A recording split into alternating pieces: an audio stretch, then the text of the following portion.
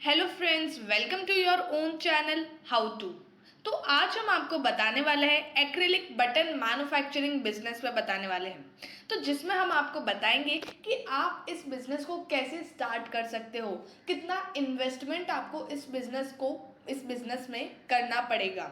उसके बाद रिसर्च आपको कैसे करनी है, रॉ मटेरियल्स आपको कौन कौन से यूज़ करने हैं ये प्रोडक्ट को बनाने के लिए, एरिया और मैन पावर आपको कितना चाहिए होगा, लाइसेंस आपको कौन कौन से इशू करने पड़ेंगे ये बिजनेस को चलाने के लिए, मशीन्स आपको कौन कौन सी लानी पड़ेगी ये प्रोडक्ट को बनाने के लिए, और कौन सी मार्केट स्ट्रेटेजी आपको इस बिजनेस के लिए यूज़ करनी पड़ेगी। तो ये सारी चीज़ें हम आपको इसमें बताने वाले हैं और एट द एंड बताएंगे कि प्रॉफिट कितना हो सकता है इस बिजनेस के अंदर।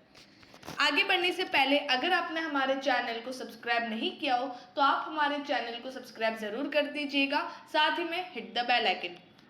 तो सबसे पहले बताते हैं कि रिसर्च आपको कैसे करनी है। सबसे पहले डिमांड, तो ये बटन्स की हमेशा से डिमांड रहती है। अगर आप कुछ भी पहन लो, मतलब बहुत सारी चीज़ें ऐसी होती हैं जो बिना बटन के नहीं चल पाती। जैसे कि जो बॉयज़ लोग होते हैं, जो जेंट्स होते हैं, उनके शर्ट ले लीजिए, बिना बटन्स के नहीं चल सकते।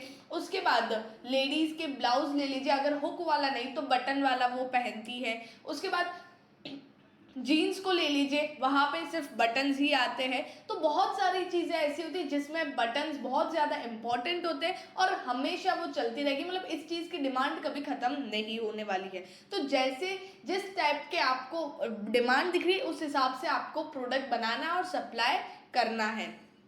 प्राइस आपको कैसे सेट करनी है वो आपके कॉम्पिटिटर्स और आप जो एक्सपीरियंस लोगे उससे आपको पता चलेगा कैसे प्राइस सेट करनी है। उसके बाद उसकी स्ट्रेंथ क्या है, वीकनेस क्या है, अपॉर्चुनिटी आपको कहाँ कहाँ पर मिल सकती है और क्या थ्रेट बन सकता है ये प्रोडक्ट आपके लिए। तो ये सारी चीज़ें भी आपको जानना बहुत ज़्यादा ज़रूरी है। उसके बाद कॉम्पिटिटर्स आपके कौन कौन से, आप जिस सिटी में बना रहे हो वहाँ पे कितने लोग ऐसे जो बटन्स का मैन्युफैक्चरिंग कर रहे हैं, और कस्टमर सर्वे वो भी अगर ये बिजनेस में अगर नहीं भी करते हो तो भी चलता है।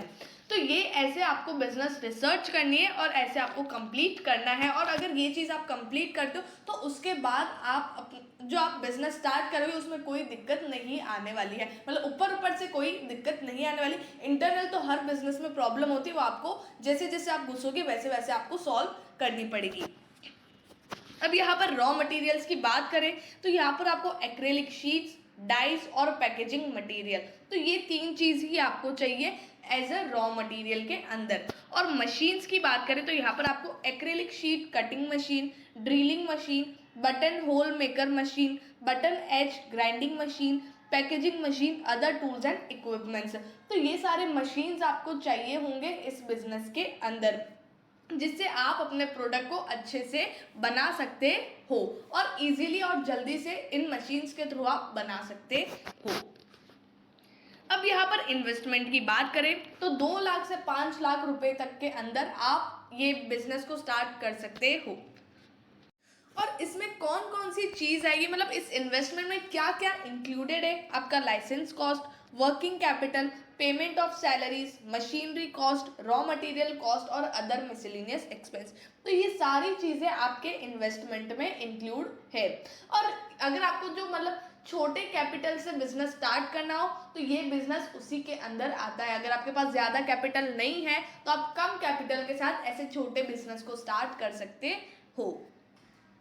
अब यहाँ पर टारगेटेड कस्टमर्स की बात करें तो होलसेलर्स, रिटेलर, उसके बाद tailoring houses, supermarkets, local shops, clothing industry, online sites, तो ये सारे आपके कस्टमर्स हैं। मतलब आपको सबसे पहले चूज करना है कि आप कौन कौन से, जैसे लोकल्स वालों के पास जा सकते हो, उसके बाद सुपरमार्केट्स में जा सकते हो, ऑनलाइन साइट्स शायद नहीं भी प्रेफरेबल करे कोई, लेकिन लोकल शॉप, सुपरमार्केट्स और टेलरिंग हाउसेस, ये 3 जगह तो आपको मेन जाना है और यहाँ से आपको कस्टमर्स बनाने ही है। उसके बाद क्लोथिंग इंडस्ट्री, धीरे धीरे अगर आपका नेटवर्क बढ़ता है तो आप बड़ी बड़ी जगह भी जा सकते हो। होलसेलर्स और रिटेलर्स तो कांस्टेंट है ही है कि उनके साथ तो आपको रहना ही है, लेकिन बड़ी बड़ी जगह आपको धीरे धीरे आपके नेटवर्क के ऊपर डिपेंड करता है। अब यहाँ पर मार्केटिंग स्ट्रेटेजी की बात करें तो publicity, advertisement, digital marketing, television marketing, in person marketing, direct marketing और ईमेल मार्केटिंग, ये सारे मार्केटिंग स्ट्रेटेजी का आप यूज़ कर सकते हो अपने प्रोडक्ट को बहुत सारे मतलब अपने प्रोडक्ट के बारे में लोगों को बताने के लिए आप ये मार्केटिंग स्ट्रेटेजी को यूज़ कर सकते हो, क्योंकि आप जो प्रोडक्ट बना रहे हो वैसे और बहुत सारे कॉम्पिटिटर्स हैं जो ये प्रोडक्ट ऑलरेडी बना रहे हैं।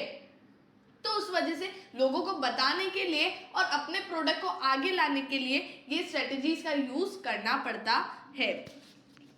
अब यहाँ पर एरिया की बात करें तो 600 to 900 स्क्वायर फीट एरिया आपको चाहिए होगा, जिसमें 9 से 11 लोग चाहिए होंगे। और इसके भी अंदर अगर आपका काम होता है तो मैन पावर आप यहाँ पर डिक्रीज कर सकते हो। लाइसेंसेस की बात करें तो ये सारे लाइसेंस आपको चाहिए होंगे ताकि आप स्मूथली आप अपना बिजनेस चला सकते हो, जैसे कि registration of business, NOC from state pollution control board, MSME Udyog Aadhaar, trademark, GST number, IEC code और इलेक्ट्रिसिटी लाइसेंस। तो इन सारे लाइसेंस से आपका जो जल्दी से जल्दी काम हो सकता है। तो एट लास्ट बात करते हैं प्रॉफिट्स की, तो 20 to 30% का रिटर्न आपको इस बिजनेस के अंदर मिल सकता है। लेकिन अगर आपका प्रॉफिट डिफरेंट कैसे होता है तो production cost, machine cost, raw material cost, miscellaneous expense और अदर फैक्टर्स, इन सारे फैक्टर्स की वजह से आपके प्रॉफिट में डिफरेंस आ सकता है। लेकिन अप्रॉक्सीमेट बात करें तो 20 to 30% का रिटर्न आपको इस बिजनेस के अंदर मिल सकता है।